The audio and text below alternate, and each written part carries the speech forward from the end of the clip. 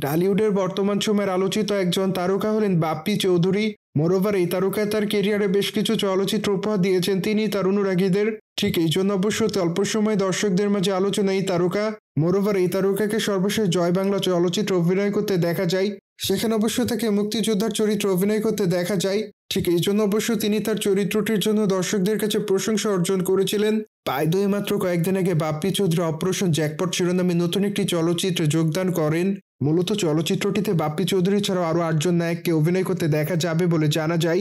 কিন্তু তাদের এই চলচ্চিত্রটি পরিচালনা করবেন কলকাতা বাংলার নির্মাতা রাজীব। মোরওভার বর্তমানে গণমাধ্যমের সূত্র থেকে জানা যায় যে ঢাকায় তারকা বাপ্পি চৌধুরীকে চলচ্চিত্র থেকে বাদ দেওয়া হয়েছে। ঠিক এই জন্যই নাকি বর্তমানে চলচ্চিত্র নির্মাতারা তাকে চলচ্চিত্র থেকে বাদ দিয়েছেন। মূলত এই তারকা বলেন যে চলচ্চিত্রটিতে চুক্তিবদ্ধ হওয়ার সময় তাকে যে গল্পটি শোনানো হয়েছিল কিন্তু তাকে সেই গল্পের চরিত্রে অভিনয় করতে দেখা যাবে না। এই জন্যই নাকি বাপ্পি চৌধুরী চলচ্চিত্র থেকে সরে দাঁড়ান। পায় দুই বর্তমানে বাপ্পি চৌধুরীর হাতে বেশ কিছু চলচ্চিত্রের কাজ আছে।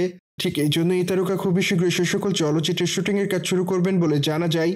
সুতরাং যাক জেনে তো নিলেন কী কারণে অপারেশন জ্যাকপট চলচ্চিত্র থেকে সরে দাঁড়িয়েছেন বাপ্পি চৌধুরী। মোরওভার এই বিষয়টি নিয়ে যদি কোনো মতামত থাকে তাহলে অবশ্যই কমেন্ট বক্সে জানাতে ভুলবেন না। পায় দুই চ্যানেলটিকে সাবস্ক্রাইব করে আমাদের সাথেই থাকুন আপকামিং আপডেট জানার জন্য।